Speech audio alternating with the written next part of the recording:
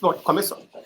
Boa noite, doutora Nadine Cláudia. Boa noite, doutor Luiz Antônio Nazi. Boa noite, doutor Antônio Carlos Minuzzi. Boa noite a todos os presentes nesse encontro virtual. Sejam bem-vindos a essa transmissão ao vivo que fazemos, motivados por uma data muito simbólica para todos nós. Um ano que foi decretada a pandemia do coronavírus. Um vírus altamente contagioso que se espalhou, que pôs o mundo de cabeça para baixo, em estado de emergência, em crise sanitária, em uma consequente crise econômica, um desafio para médicos e cientistas, para os governantes, as organizações mundiais, para a raça humana. Há um ano tivemos nossas vidas transformadas com a determinação de todos nós ficarmos em casa, de não visitar os idosos, de aprendermos a lavar as mãos com uma frequência que não fazíamos, a usar álcool gel, a usar máscaras, a não nos reunirmos com mais pessoas sem proteção e distanciamento, a criar novas formas de comunicação, de trabalho, de demonstrar afeto sem tocar. Há um ano, a particularidade extrema causada, o chamado coronavírus, acometeu o mundo e nos acometeu. Envolveu a todos, mas muito diretamente a classe médica, a área da saúde e da ciência. Nos remetemos a março de 2020 e hoje, em março de 2021, seguimos a conviver com a pandemia, com a primeira, a segunda onda, com o surgimento de mutações e novas variantes do vírus, novas cepas mais agressivas, pandemia que, nesse tempo, em alguns lugares do mundo, foi parcialmente controlada. Por fatores diversos e medidas tomadas em alguns, restringiu, em outros, descontrolou, como é o caso atual do Brasil, com milhões de casos, mais de 280 mil mortes, e, infelizmente, Rio Grande do Sul, com mais de 15 mil mortes. Ontem, com o triste recorde de 502 mortes em 24 horas, e Porto Alegre contando com cerca de 2.800 mortes até o momento. O fato é que a pandemia evoluiu e se transformou nesse um ano. Doutora Nadine, cardiologista, diretora-presidente do Clínicas, Dr. Luiz Antônio Nazi, médico intensivista, superintendente médico do Hospital Moinhos de Vento, e Dr. Antônio Carlos Minuzzi, endocrinologista, fundador da Clínica Minuzzi. Doutora Nadine e Dr. Nazi, eu gostaria de dizer que vocês são duas referências para mim quando se fala na pandemia em Porto Alegre. Dois profissionais com quem eu tive mais contato recentemente e eu quis compartilhar isso com o público. Acompanho o trabalho incansável de vocês e das equipes dos respectivos hospitais, que seguem se dedicando de forma sobre-humana, ultrapassando todas as forças e estruturas de pessoal, equipamentos e espaços para receber e tratar os doentes. Sobretudo agora, com esse agravamento dos casos, da superlotação dos hospitais e do colapso iminente no sistema de saúde de forma geral que estamos acompanhando. Pelo Dr. Minuzzi, eu tenho uma grande admiração pela forma multidisciplinar com que ele exerce a medicina, trata e orienta os seus pacientes, com uma visão global e otimista da vida, como fatores determinantes para o bem-estar, para a prevenção de doenças e para a longevidade. Eu vou iniciar essa live fazendo uma pergunta para os senhores, para o doutor Nazi e a doutora Nadine. Como profissional e dirigentes médicos que trabalham ao mesmo tempo com a prática da emergência, do dia a dia, dos diagnósticos e tratamentos no hospital, de infectados chegando a todo momento, do trabalho intensivo que não pode parar, do exercício da medicina e da enfermagem, e com a administração maior do problema quanto à responsabilidade institucional, a responsabilidade psicológica ali, dando com equipes exaustas e com medo as mortes, as decisões, os imprevistos que vão surgindo, as burocracias, as cobranças da sociedade, as incertezas e o futuro, já que não sabemos por quanto tempo nossos hospitais lidarão com a pandemia do Covid-19. Como estão administrando tudo isso nesse um ano? Como doutor Nazi e doutora Nadine viram esse início até aqui, quando ninguém sabia muito sobre a pandemia? Quem vai primeiro? Bem light aqui, bem aberto. Não, Nazi e eu, a gente tem uma história, uma trajetória longa no Hospital de Clínicas e no Moinhos, a gente é parceiro de muitas histórias, então a gente vai se entendendo e tocando de ouvido, e um hospital ajudando o outro, então é uma parceria. Prazer, Mônica, de estar aqui, doutor Minuzzi. Primeiro dizer que falar sobre isso um ano depois, é inimaginável que a gente esteja aqui falando hoje do pior momento de uma coisa que começou lá atrás, que a gente não entendia direito o que era, mas que a gente achava que talvez em 3, 4, 6 meses a gente ia ter conseguido, né, sair um pouco daquilo. E nós estamos num momento de total incerteza, muito mais desafiados pelo que foi há um ano atrás, com equipes exaustas, com a capacidade de resiliência sendo testada ao máximo no Hospital de Clínicas, e tenho certeza que o Nazi vai contar histórias muito parecidas com o Moinhos. A gente está ombreando isso desde o primeiro momento, né? Os primeiros casos em Porto Alegre de internação de CTI foram no Moinhos de Vento, né? A gente tem a história que o Nazi vai contar e tudo mais. E a gente continua ainda sendo desafiado por esse vírus. Eu costumo dizer que esse vírus também, ele tem nos mostrado que a gente tem que ser muito humilde, né? Porque quando a gente acha que conseguiu dominar uma estratégia, a gente é desafiado de uma maneira que a gente não pensou, né? Então tem alguma coisa que a gente precisa fazer diferente. E a gente tem que olhar e dizer tudo aquilo que poderia ter sido diferente para poder olhar para frente e encontrar um caminho de saída. Agora a gente tem que pensar num caminho de saída, não pode mais continuar a ser dessa maneira. A gente está banalizando os números, todo mundo, né? A gente todo dia fala que é um recorde aqui, um recorde ali, e a gente esquece de dizer que aí tem uma pessoa que morreu, uma família que ficou afetada, um chefe de família, uma matriarca, enfim, agora os mais jovens. Não então, sei, é tu e o Gil que não podem. A gente não pode banalizar o tamanho do problema, né? A gente fica só olhando a estatística, dá uma ideia de frieza para uma coisa que não é.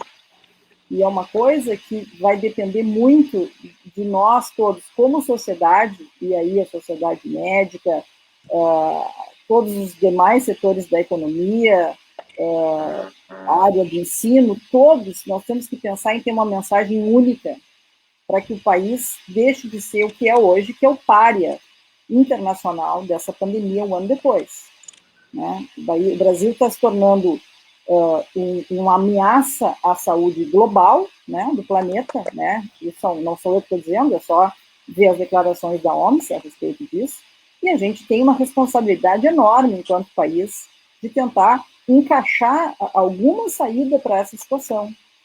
Do ponto de vista nosso de estrutura hospitalar, nós estamos fazendo muito mais do que se imaginava que era o máximo a ser feito. Eu estou falando de um hospital que se organizou para botar 105 novos leitos de UTI lá no início do ano passado, e a gente achava que aquilo era o máximo.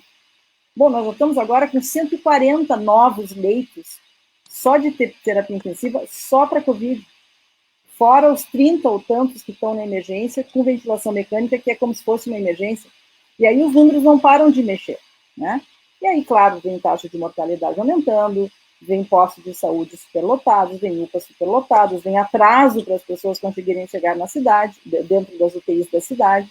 Nós chegamos num platô de 800 e poucos pacientes na curva de Porto Alegre. Por que aquele platô está ali? Porque não tem mais onde botar paciente. Porque se tivesse mais leito de CTI, nós íamos estar com talvez 1.000 pacientes lá no site da prefeitura, que nós nos acostumamos a avaliar todos os dias de manhã, a gente olha. Então, são grandes aprendizados. Eu quero encerrar dizendo que a gente só está aqui agora porque cada um de nós trabalha com equipes maravilhosas. Nenhum de nós ia ter conseguido caminhar e levar os hospitais como nós estamos levando, se não fossem as equipes que conosco estão ombreando isso, sem trégua, sem férias, abortando licenças especiais, trabalhando de sábado a sábado, reuniões todos os dias. Então, isso é um agradecimento que eu faço aqui, mais uma vez, não me canso de dizer isso. Eu sou apenas uma engrenagem, eu sou apenas, como eu digo, guardinha de plantão na direção do Hospital de Clínicas, né, nesse período. Mas eu estou ali junto com uma equipe espetacular, que vai desde a nossa área de suprimentos, que não se cansa de tentar encontrar respirador para comprar, né, até a nossa área lá que cuida de toda a higienização, tentando ver como a gente pode ter mais pessoas para fazer mais higienização, porque é por metro quadrado, né, são as pessoas que estão muito cansadas, porque cada vez que abre uma nova área tem que fazer higienização não sei quantas vezes por dia, né? Então, tudo isso são atores silenciosos dessa luta e que nos fazem chegarmos até aqui dizendo, olha, o volume é gigante, estamos fazendo melhor, a mortalidade dessa doença é alta,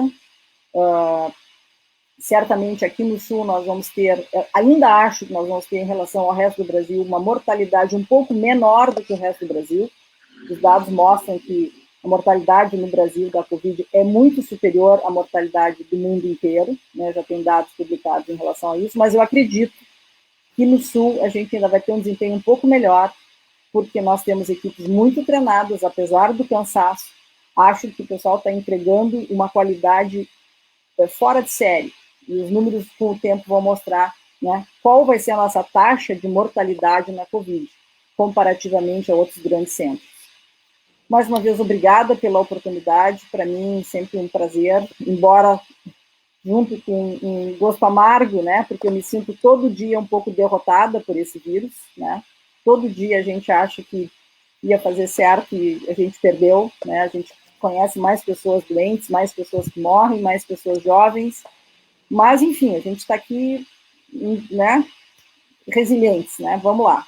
Muito obrigada. Doutor Luiz Narzi. A palavra é sua. Abre o microfone, Narzi. Tu tem que abrir teu microfone. Obrigado pelo convite, Mônica, boa noite. É um prazer conversar com Minuzzi, a Nadine, nós que já fomos parceiros de tantos anos. A Nadine deve lembrar quando nos enfrentamos juntos o H1N1, e montamos até barraca na frente da emergência do Hospital de Clínicas. Aquilo que parecia o caos, mas o caos é hoje. Eu queria, em primeiro lugar, Mônica, até te parabenizar por ter escolhido a data de hoje como a marca de um ano da morte do primeiro paciente com Covid no Brasil. Foi no dia 17 de março que isso ocorreu, há um ano atrás. E essa é uma data que eu acho que deveria ficar simbolizando essa tragédia, o 17 de março.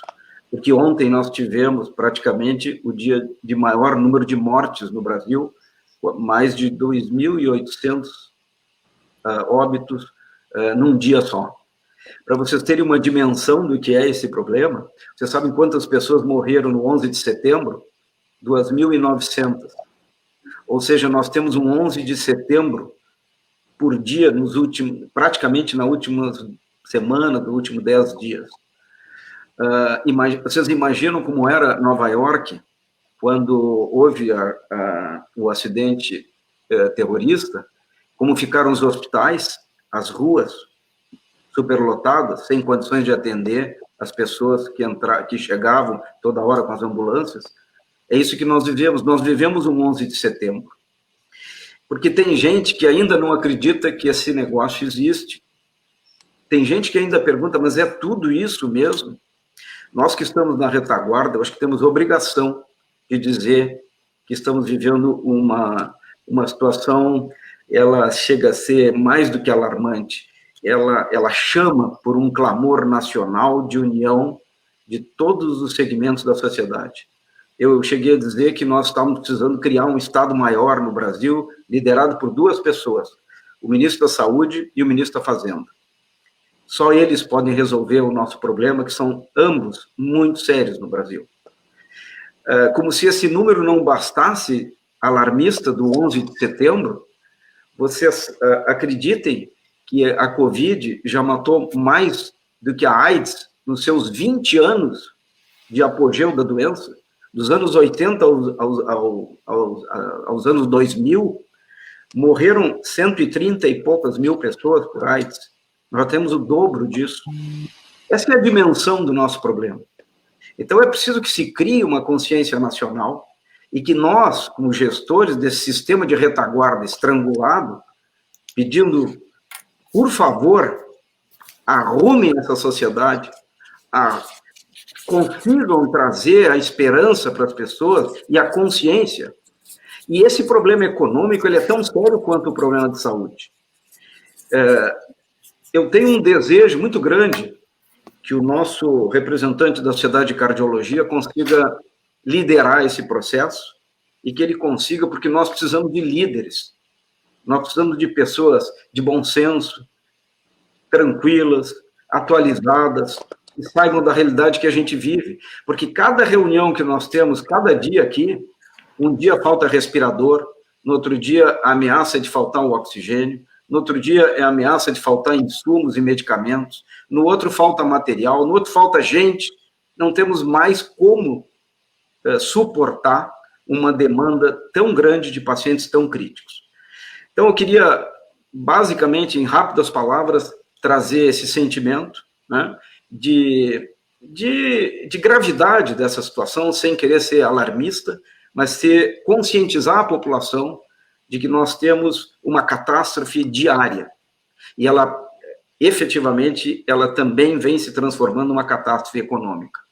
É preciso, e tu, Mônica, como uma liderança política aqui em Porto Alegre, a gente tem obrigação de reunir as nossas forças sociais e toda a classe política e reitores das universidades, a Faculdade de Medicina, os gestores de hospitais, políticos, juízes, e fazer uma coalizão no sentido de ter um norte, que é isso que a gente precisa. Não toda hora ouvir notícias desagregadoras e falsas esperanças. Então, a minha manifestação inicial é muito mais nesse sentido de mobilização da nossa sociedade, no sentido de estarem alerta aos números que nós temos diante de nós. Obrigado. Obrigada, Nasi. Doutor Minuzzi, agora eu lanço a questão de como tu estás vendo o reflexo da Covid-19 na tua especialidade e o quanto a série de cuidados preventivos que, a princípio, podem parecer simples, mas podem influenciar muito e positivamente.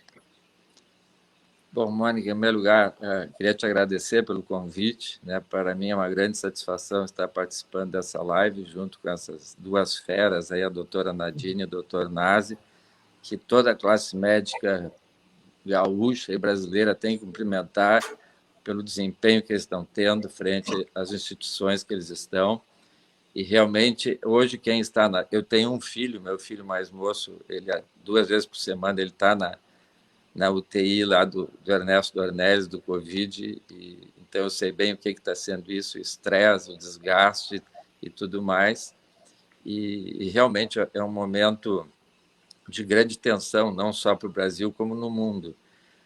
Mas uma coisa que eu acho que passou desapercebida, que lá no início da Covid, o diretor do CDC, ele colocou uma frase que eu acho que passou em branco para a grande maioria das pessoas.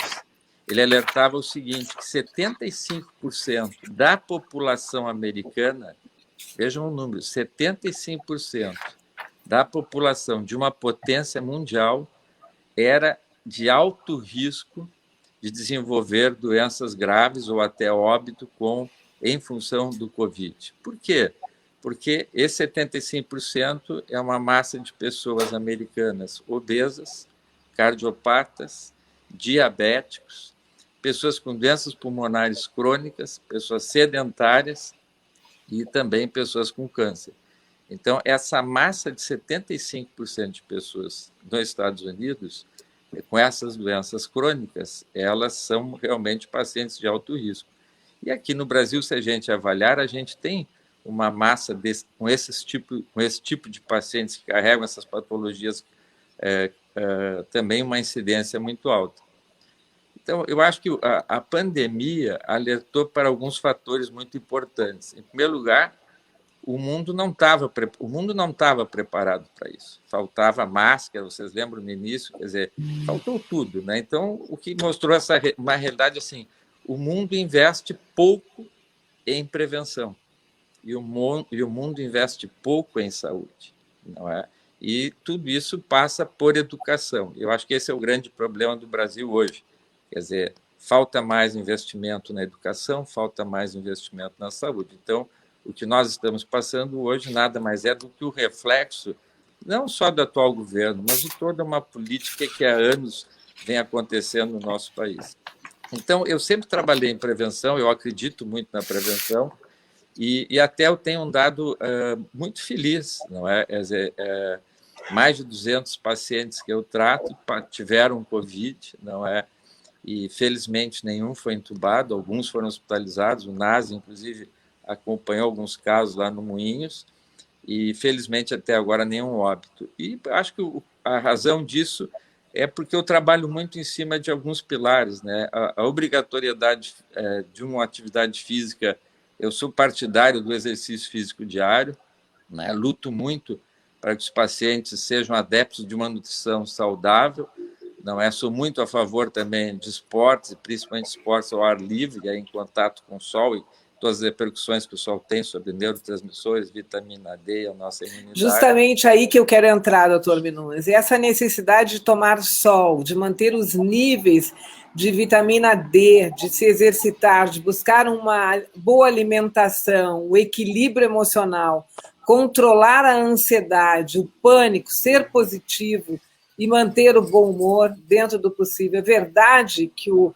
bom estado de espírito fortalece o sistema imunológico e isso é uma ajuda num menor impacto de doenças no corpo? Nos últimos anos a medicina tem se voltado muito para isso, né? Realmente está muito bem comprovada a questão da fé, né? O quanto é importante a fé das pessoas, a questão da meditação, da qualidade do sono e do otimismo, né? A gente sabe que as pessoas com essas características tendem a desenvolver menos saúde e tendem a viver mais. Então, toda essa questão do otimismo, como eu disse antes, da alimentação, da meditação, tudo isso influencia a nossa imunidade de forma bastante positiva. Então, sobre esse aspecto, não resta a menor dúvida. Agora, quanto à vitamina D, apenas um parêntese, é que eu acho assim, as pessoas estão muito em busca de coisas milagrosas, não é? Como eu trato há muitos anos assim de pacientes obesos, então o obeso ele quer sempre uma coisa milagrosa. E no Covid eu estou vendo muito isso, sabe? Eu já atendi vários pacientes, tenho certeza que a Nadine e o Nazi têm observado também aí, pessoas que estão com problemas de efeitos colaterais por excesso de ivermectina, por overdose de vitamina D, hidroxicloroquina e assim por diante. Quer dizer, essas coisas têm hora e momento para se usar. Não adianta ficar usando um monte de coisas de maneira preventiva, que isso aí vai acabar trazendo prejuízos e não benefícios. E um alerta é que essas pessoas, se vão usar algum medicamento, que passem por um médico. Quer dizer, hoje, lá na nossa clínica, nós somos 4 médicos e a gente tem já atendido uma série de pessoas com efeitos colaterais por excesso de medicação, que eles julgam que com essa medicação eles não vão ter o Covid, vão ter uma Covid mais fraca. E isso aí, não há nenhuma medicação que comprovadamente proteja. Mas existe aí o Remdesivir, a proxabutamina, quer dizer, existem medicamentos que são promissores, mas é aquela história, se um país detivesse um medicamento que resolvesse o Covid, esse país estaria trilhardário nesse momento, vendendo para o mundo inteiro essa medicação. Então, esse é um alerta, né? Cuidado com a automedicação e acreditar mais aí mesmo no pensamento positivo, na alimentação, no exercício físico. E, é claro, se tem sintomas, tem que buscar imediatamente uma emergência. Tem uma pergunta aqui, ó, de um telespectador, Mauro. Por que não há uma força maior de luta para os diabéticos e cardíacos? Eu acredito que ele quer fazer a pergunta por que não existe um cuidado maior, um atendimento especial para essas pessoas que têm diabetes e são cardíacas. Vou passar ali. Quer falar, Nazi? Não, pode falar. Na verdade, assim, cuidados nesse momento tem que ver com todas as pessoas. O que o paciente tem que se dar conta? O que a população tem que se dar conta? Que eles têm que fazer a parte deles. Quer dizer, não é assim só na pandemia que as pessoas têm que se cuidar, as pessoas têm que principalmente evitar essas patologias, e muito disso passa pelo seu estilo de vida. Então, eu tenho visto assim nos hospitais, a dedicação é com todo paciente, quer dizer, o diabetes tem que ser cuidado, o cardiopata tem que ser cuidado, o obeso tem que ser cuidado, mas o que a gente chama atenção é que o paciente ele tem que ajudar também. Como? Tomando as medidas preventivas exatamente para não desenvolver essas doenças, ou, uma vez que eles tenham a doença, eles tratem de controlá-las da melhor maneira possível, exatamente para não ter problemas como agora estão enfrentando a pandemia. Eu acho um bom ponto, Mônica, esse que o Minuzzi já abordou. O Minuzzi é um craque de tratar o contexto clínico de envolvendo todos os aspectos que o doente apresenta. Mas, em particular, essa questão do diabetes, do cardiopata, nós temos uma preocupação muito grande, porque essa doença ela é disfarçada em algumas formas de apresentação. O doente pode se apresentar com um diabetes extremamente descompensado, com um infarto agudo do miocárdio, com embolia pulmonar, com AVC. Ela é uma doença que ela comete todos os territórios e todos os órgãos. Então, o alerta que a gente pode fazer para os indivíduos que já têm diabetes, especialmente os usuários de insulina, que demonstram uma reserva pancreática menor, os sabidamente cardiopatas, hipertensos, e aí recai muito sobre os idosos, eles têm que ter um cuidado especial dos seus médicos. E nós, a Nadine sabe disso, e a gente reforça para as nossas equipes de frente de tratamento nas emergências, que atentem para diagnósticos alternativos, porque todo mundo hoje só pensa em Covid, então, óbvio que o risco de não se fazer um diagnóstico adequado quando um paciente chega com uma outra patologia. E o inverso também. Nós hoje discutimos um caso clínico aqui com os residentes, o paciente se apresenta com um infarto ou com uma insuficiência cardíaca, e, na verdade, o que ele está tendo é um Covid por trás. Então, essa doença, ela está misturada, ela está envolvendo fatores de risco conhecidos, mas ela também desmascara doenças que o doente nem percebia, entende? Então, é fundamental que todo o sistema de saúde também se dê conta disso. Acho que a Nadine, que é uma expert em insuficiência cardíaca e uma das maiores transplantadoras de coração do estado, pode falar um pouco mais disso, mas o cardiopata, ele tem inúmeras formas de apresentação. Não é isso, Nadine? Não, com certeza, Nazi. Eu acho que esse é um desafio muito grande, o diagnóstico diferencial, né, do comprometimento cardiovascular associado ao COVID, e que o coração pode ser um alvo, né? Pode ser um alvo do tipo é um vírus, né? Então pode ter lá uma miocardite, né? Com dor torácica que a gente acha que é um infarto, na verdade é uma inflamação aguda do músculo do coração pelo vírus, que é difícil de fazer esse diagnóstico. Então a gente tem visto assim uma apresentação, como disse o Nazi, de luz e sombra, assim, do que é a COVID, o que é a doença de base, né? Mas eu queria também chamar a atenção para um ponto que a gente está observando agora, uma redução da faixa etária, né, dos acometidos. Isso é preocupante. Isso é preocupante, a gente já tem os números lá no Clínicas, vem baixando, janeiro, fevereiro e março até agora, né, a gente já está observando dos pacientes internados em CTI mudanças significativas na faixa etária, comparado com 3 ou 6 meses atrás. E outra coisa, diminuindo as comorbidades, né? Então, a coisa que parecia ser tradicional, mais da pessoa de mais idade, obeso, com outras situações de mais fragilidade, Hoje já não é tão assim, ainda é predominante, mas está mudando esse perfil. Por que, Nadine, tu acha? Porque talvez o vírus ele é mais forte? Talvez seja essa variante, né, que está aqui comunitária no estado, a P1, né, ela parece ter um grau de transmissibilidade maior, uma carga viral bem mais intensa, um grau de contágio também mais alto e pode ser mais letal. Ainda não temos esse dado, mas os pacientes estão ficando mais tempo na UTI, né? E é um curso mais arrastado, né? A gente estava acostumado a dizer, bom, tá, 14 dias da infecção provável do Covid já começa a melhorar. Não é mais assim. Já a coisa tá um pouco mais arrastada. Quando a gente acha que o paciente vai sair da pior fase, ele ainda continua com uma fase de agravamento pulmonar. Mais tempo de leito, mais UTI, mais tempo de leito, mais tempo de uso de ventilador, de hemodiálise, enfim, vai consumindo ainda mais o recurso. Então, são coisas que a gente está aprendendo. Esse vírus ele vai fazendo mutações, né? Isso é próprio das pandemias, né? E eu acho que a gente tem que, mesmo assim, insistir profundamente em vacinação em massa o mais rápido possível. Não há nada que indique que essas vacinas não vão funcionar com essas variantes. Isso também, a gente tem que combater as fake news, tem que combater a desinformação, né? Não pode haver dúvida de que, tendo vacina na prateleira, a gente tem que tomar a vacina que tiver, porque isso, em princípio, é a única saída para isso, entre, né, o momento da gente cada vez mais reforçar o uso da máscara, o distanciamento, etc., mas, efetivamente, a vacinação em massa é a saída.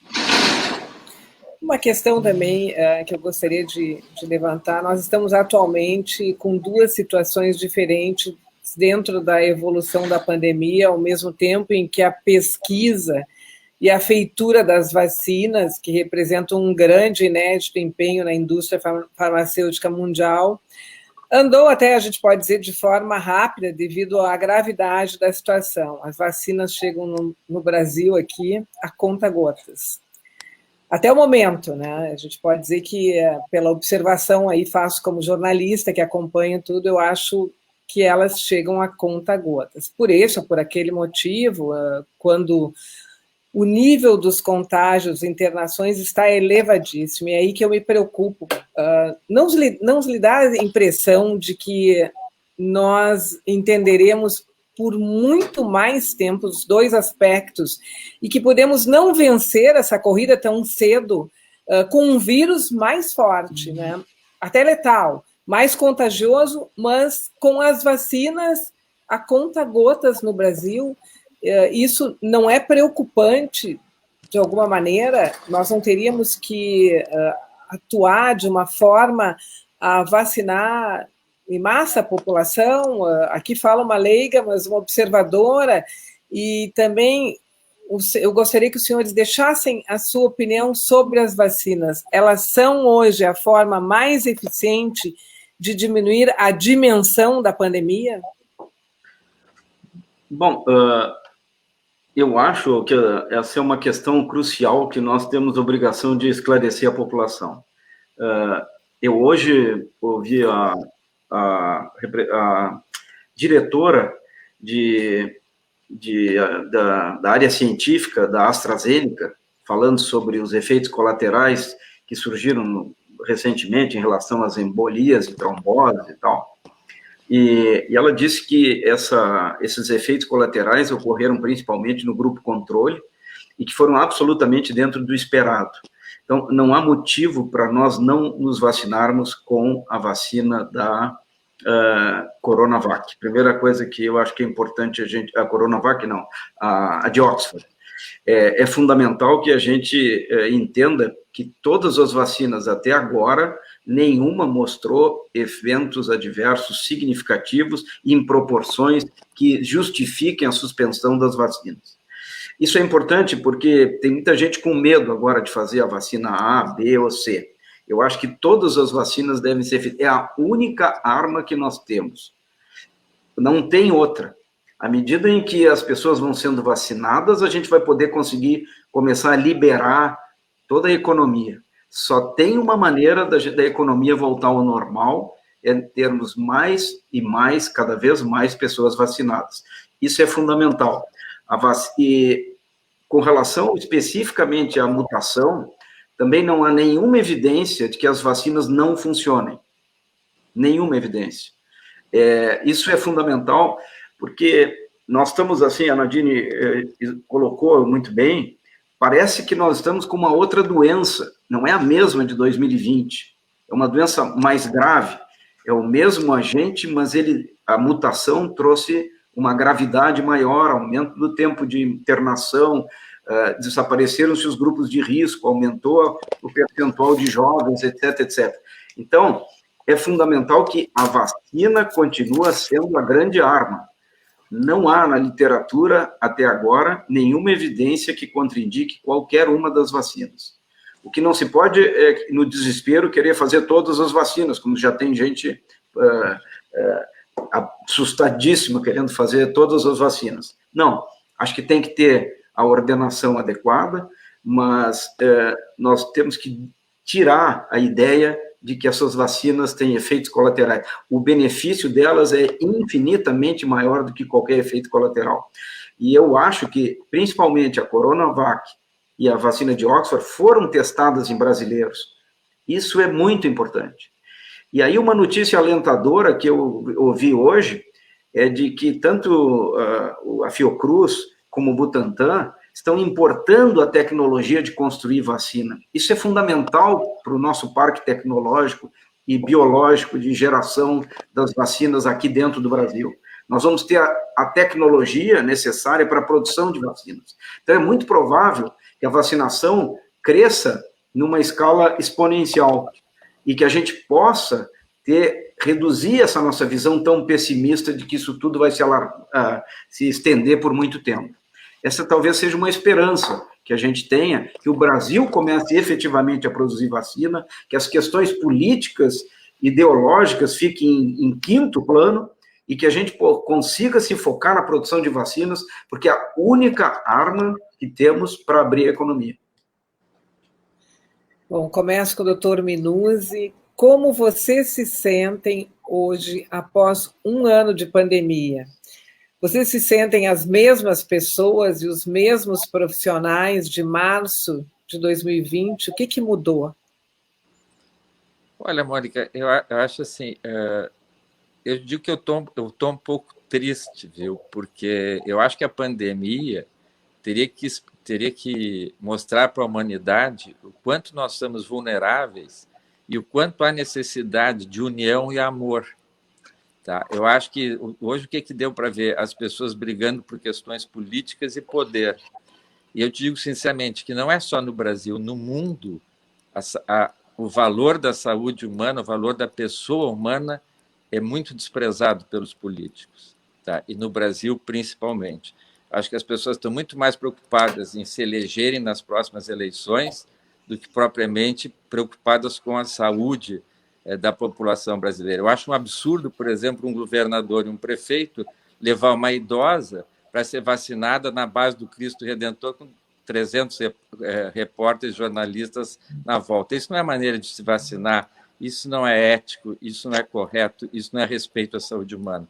Então, eu me entristeci com a pandemia, porque eu achei que a pandemia ia unir os povos do mundo inteiro, ia unir as pessoas iam ter mais amor. E o que eu vejo assim, as pessoas com raiva, as pessoas cada vez mais separatistas e advogando muito a favor de si próprias, quando eu acho que era um momento assim, de altruísmo e não de egoísmo. Então, eu acho que ficou demonstrado assim, que o ser humano tem que crescer muito como pessoa e tem que aprender principalmente a amar.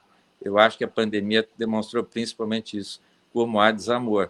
É claro que, por outro lado, eu tenho que ressaltar toda a dedicação da classe médica, de todas as pessoas da área da saúde, e acho que está na hora também dos políticos valorizarem mais a classe médica. Eu não estou fazendo defesa em causa própria, eu não sou plantonista, não trabalho em UTI, mas acho que esses profissionais têm que ser muito mais valorizados e, principalmente, dar a eles condições de trabalho, porque a gente sabe o quanto eles estão no sacrifício, o quanto faltou infraestrutura. Então, acho que está na hora também, e a hora do paciente valorizar, né? Porque a gente vê assim, eu adoro futebol, sou torcedor, mas eu vejo assim, os brasileiros idolatram determinadas pessoas e dão muito pouco valor a quem está na frente de um plantão, de um pronto-socorro, de uma emergência. Eu acho que está na hora de todas as pessoas valorizarem mais esses médicos, e não é só médicos, todos os profissionais da área da saúde que estão se entregando de corpo e alma, mas estão expondo a sua saúde em prol. Esses, sim, têm demonstrado altruísmo e não egoísmo, que eu vejo em muitos. Doutora Nadine, Acho que o que sente após um ano? O Minuzzi disse tudo, né? Eu acho que a gente olha com uma certa decepção, né? Com a natureza humana, né? A espécie humana está se mostrando muito feia. Não era isso que eu imaginava que ia acontecer frente a um tamanho desastre, né? Eu imaginei que exatamente isso, que as pessoas iam botar as armas ao chão, olhar para o bem comum, né? E tentar sair o mais rápido possível dessa crise, onde realmente tem um papel de todos e de cada um, né? Se todos usassem máscara o tempo inteiro, haveria uma redução para mais de 80% da transmissão desse vírus. Isso está mais do que provado. E tem gente ainda discutindo e posando de foto sem máscara. Quer dizer, eu só estou sem máscara aqui agora, nesse momento, porque eu estou sozinha em casa. Sim. Absolutamente sozinha. Do contrário, eu estaria de máscara. Porque eu acho que tem uma mensagem que passa, né? Então, isso desagrega. Mensagens truncadas em cima de projetos com A, B, C, D intenções, desagrega no momento que a gente tinha que estar unido para tentar sair de um buraco que é uma crise sanitária. Eu acho que, como o Nazi disse, não tem economia forte se não tem saúde. Isso tem que ser claro. Não tinha que ser motivo de briga, não tinha que ser motivo de bandeira, né? Mas a gente fica no meio disso, então, de fato, os profissionais de saúde não estão sendo ouvidos. Então, a gente fica batendo nessa tecla, parece que a gente é alarmista e não é, né? A gente só está querendo que as pessoas entendam o que tem que se fazer com uma doença contagiosa. É usar máscara, é não se juntar, é lavar as mãos, usar álcool, né? E sair correndo para se vacinar quando tiver vacina. Claro que, infelizmente, nós estamos numa situação de pouca vacina. Mas quando as vacinas começarem, o Brasil vai mostrar uma força, pelo menos sempre teve, né, de uma logística de vacinação muito boa, né? Os Estados Unidos está vacinando agora 2 milhões de pessoas por dia. Olha o que está acontecendo com a curva de mortes e de novos casos. Sem falar Israel, que é fenômeno mundial, né? Então, nós teremos, e espero, capacidade de vacinação, porque já demonstramos em outras ocasiões, desde que vacinas existam. E existem várias vacinas ótimas no mundo inteiro. O Brasil também testou aqui a Janssen, que é a vacina que é de uma dose, mas infelizmente ainda não temos à disposição. Mas, enfim, isso vai acabar chegando, mas vai chegar com um certo atraso, e esse atraso vai nos custar talvez 3 mil vidas por dia. É isso que a gente tem que enfrentar.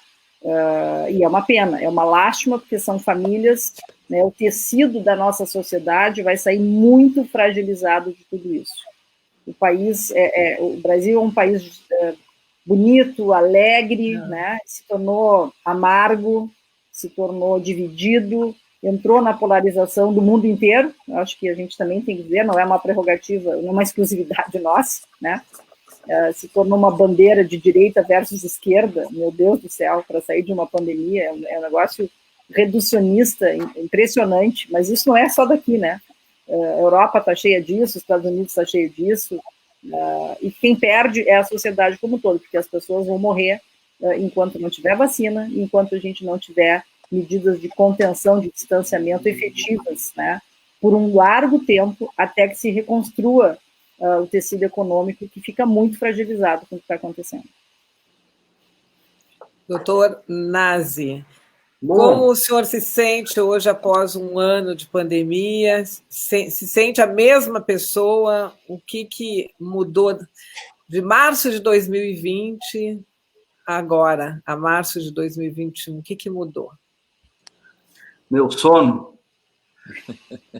O período que eu durmo está ficando cada vez menor. Ainda me acordo de noite pensando como vai ser o dia de amanhã. Mas talvez não seja eu, talvez a maioria das pessoas estejam assim. As pessoas estão muito assustadas. Eu acho que a grande função nossa, como médicos, formadores de opinião, é tentar passar para as pessoas um pouco de esperança, né?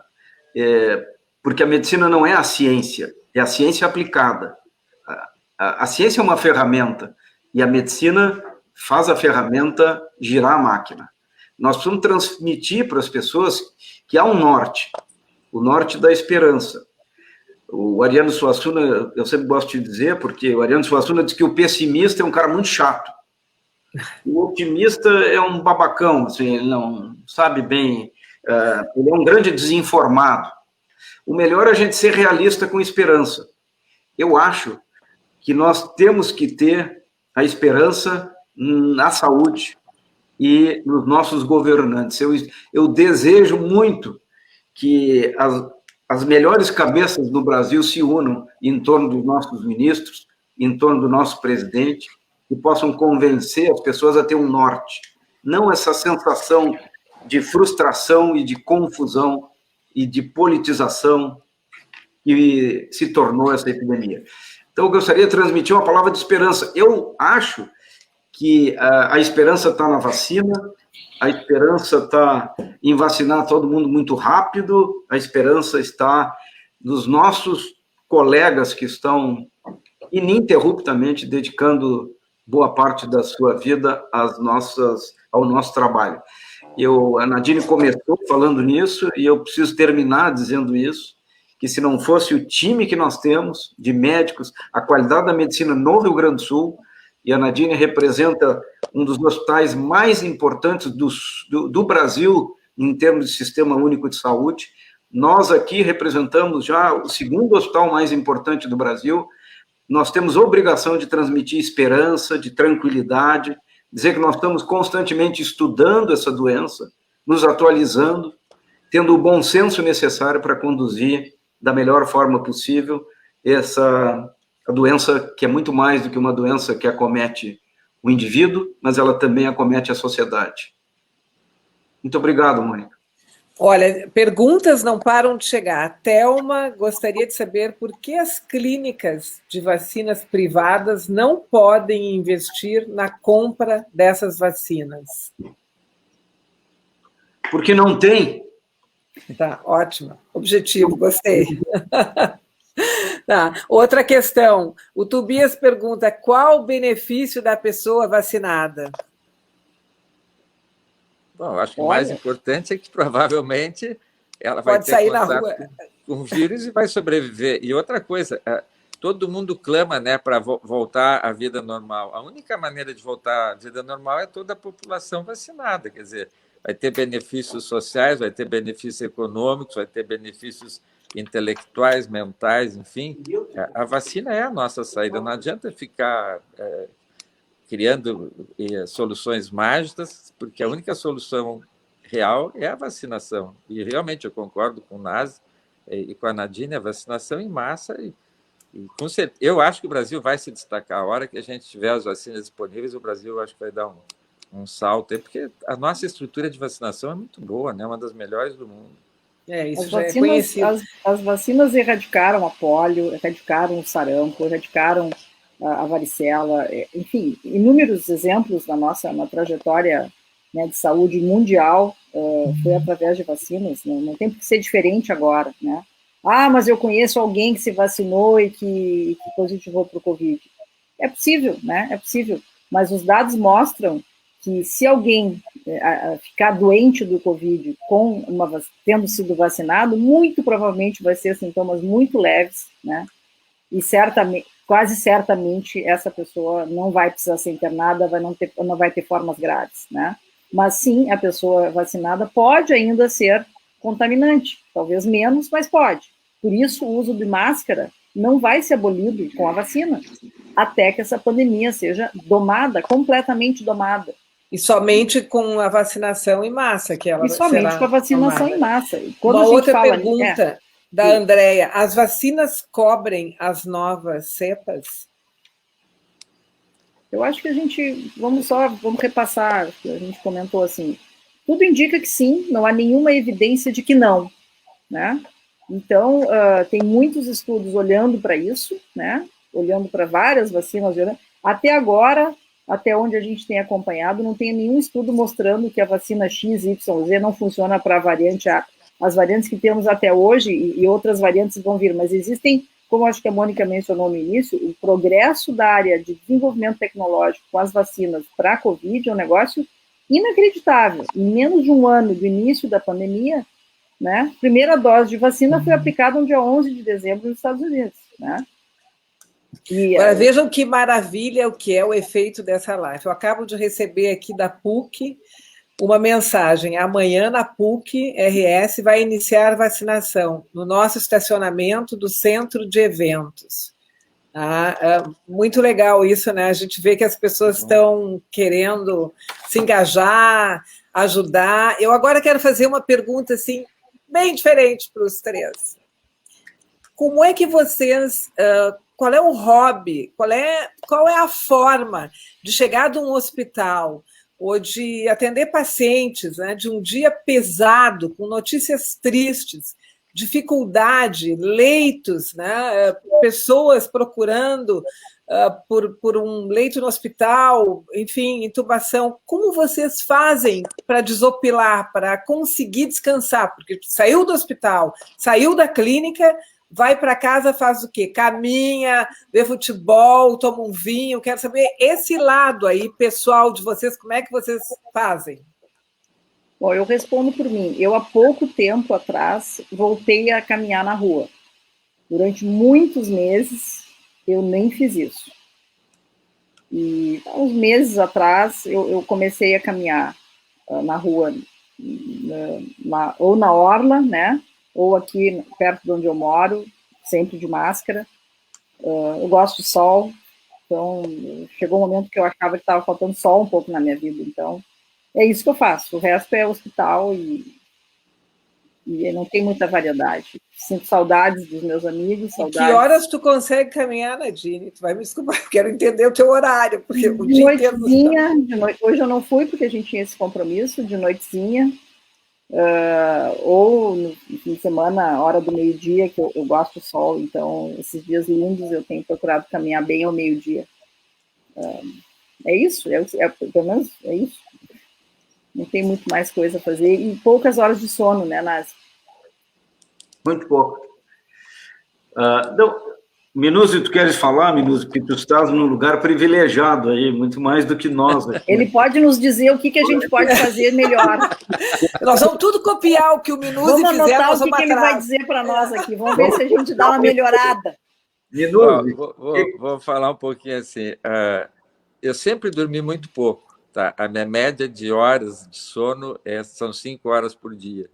Tá? E uma das estratégias que eu usei para conseguir dormir tão pouco foi meditar. Quer dizer, eu medito diariamente e acho que a meditação é uma das formas que recarrega as minhas baterias, são recarregadas pela meditação. E exercício, né? Quem me conhece sabe, eu faço exercício todos os dias. E aí até é uma coisa que às vezes as pessoas pensam assim, mas a academia fechou e tal. Não. O que acontece com o ser humano? Nós temos que ter prioridades.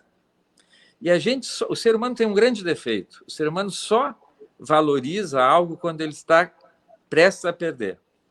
Então, quando as pessoas têm medo de ficar doentes ou veem que a morte está próxima, elas querem radicalizar a sua vida, né? Que elas querem fazer todas as correções. Então, eu acho que isso é um erro. Então, eu sou partidário assim, que o maior patrimônio que nós temos é a saúde. Se qualquer um de nós 4 aqui não tivesse saúde, nós não estaríamos aqui. Se a Nadine não tivesse muita saúde, se o Nas não tivesse muita saúde, eles não estariam ocupando os postos de extremo desafio que eles estão ocupando nesse momento. Então, o que todo ser humano tem que entender é o seguinte, a prioridade número 1 é a saúde. Então, tempo a gente tem que criar. Ou vai fazer exercício de madrugada, ou na hora do almoço, ou na noite. Então, eu acho que o exercício é fundamental. Depois, a meditação e a alimentação. Eu acho que esse é o tripé. E a questão sono, eu discuto com vários colegas, eu acho que o importante é a qualidade das horas dormidas. Eu acho que não adianta dormir 8 horas com uma péssima qualidade de sono, né? Com hipopneia, apneia, pesadelos e tal. Então, eu acho que sono é importante, mas sono de boa qualidade. Horas de sono eu não dou muita importância, não. Então, acho que as minhas estratégias são essas.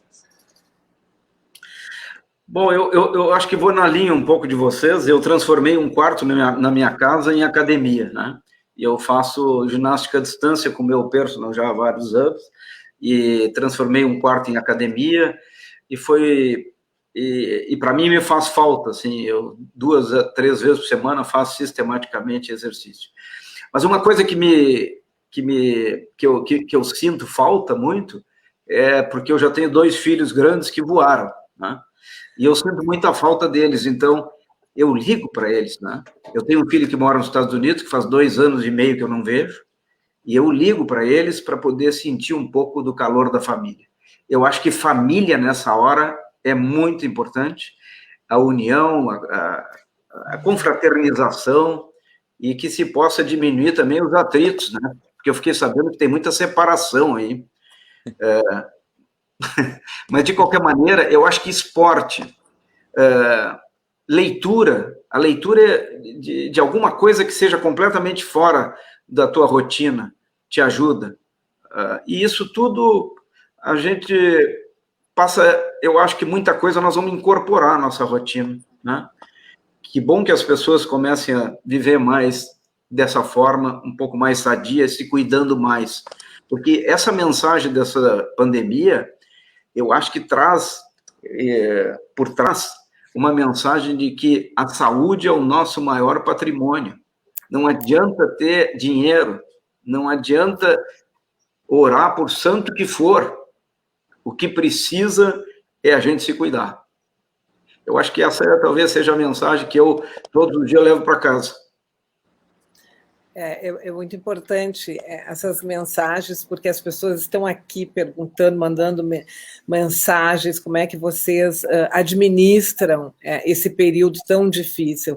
Eu quero aqui registrar a Silvana, a deputada Silvana Covatti, o deputado Zuco assistindo, mandando abraços para vocês. Agora eu gostaria que o público dessa live, os porto-alegrenses e gaúchos que estão nos assistindo, onde estiverem, escutasse uma mensagem vinda de vocês sobre a nossa parte, a parte da população no combate ao coronavírus, assim como fazem a população em tantas outras questões, né? Nós precisamos agora despertar a população para esse momento tão difícil que nós estamos vivendo e que vocês, médicos, estão na linha de frente, médicos, enfermeiros, socorristas, técnicos dos postos de saúde, das UPAs, dos hospitais, na linha de frente. Eu gostaria que vocês dessem uma mensagem para essas pessoas, como elas poderiam ajudar? Bom, muito brevemente, dizer que, de novo, essa é uma doença contagiosa, fundamentalmente é isso, é um vírus mesmo, então nós temos que nos mantermos afastados. Infelizmente, como eu disse rapidamente, eu sinto falta dos meus amigos, sinto falta de repartir as nossas conversas fora, né, vinho e tudo mais, que a gente costumou durante anos. Conseguir conviver sem isso é um aprendizado, temos que fazê-lo, é obrigatório fazer isso, mas ao mesmo tempo, né, cultivar as amizades à distância, eu acho que é importante, mas manter esse distanciamento, usar a máscara 100% do tempo, higienização, e não entrar em polarização do bem e do mal, né, da direita e da esquerda, do certo ou do errado, né, nós temos que olhar para frente, né, e tentar fazer uma concertação nacional em busca de uma coisa que vai nos tirar de tudo isso, que é ter vacina em quantidade suficiente para vacinar um país de mais de 200 milhões de habitantes. Isso não é tarefa simples, né? Não é vacinar Portugal, não é vacinar Israel, né? É vacinar 200 milhões de pessoas. Então, tem que ter muita disciplina e muita união pensando nisso, né? E cada um, enquanto isso, fazer a sua parte, que é usar máscara, se distanciar, ficar no virtual com os amigos e com a família, como o Nazi tem feito com os filhos dele, e assim muitos de nós, e que isso um dia vai passar. A esperança tem que olhar lá para frente. Muito obrigada. Eu tenho um apelo aqui, Mônica, em relação aos jovens, né?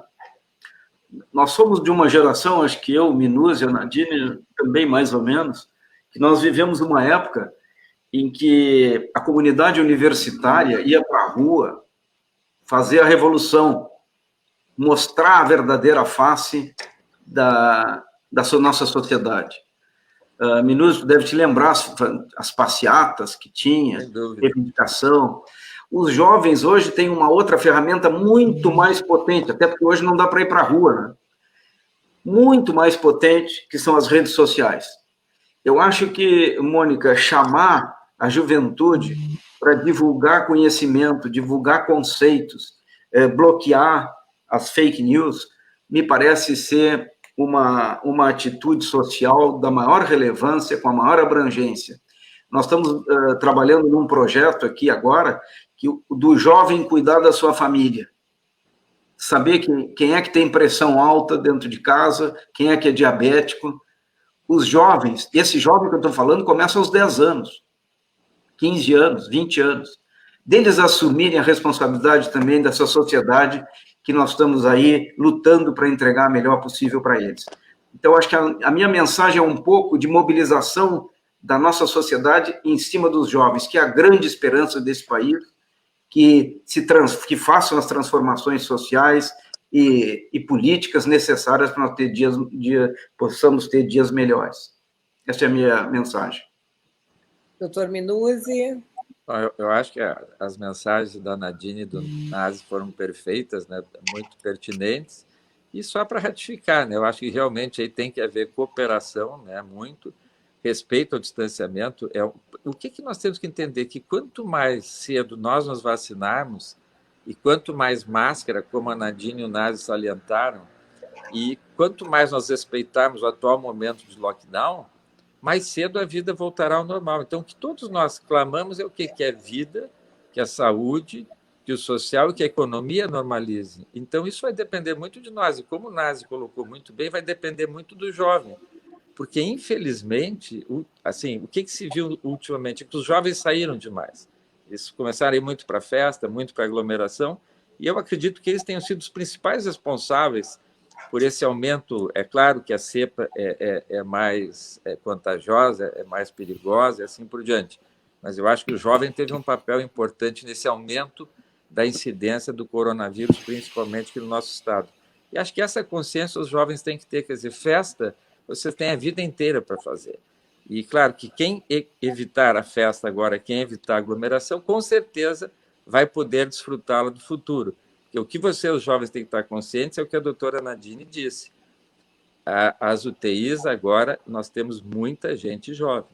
Então, não é só do idoso que a gente tem que cuidar. O jovem tem que se cuidar pelo seu pai, pelo seu avô, mas principalmente por si mesmo. Então, a mensagem seria assim: vamos todos nos cuidar, vamos nos unir e torcer para que as autoridades realmente tenham um pensamento único aí, que seja o bem da nação e principalmente o bem da população brasileira, né?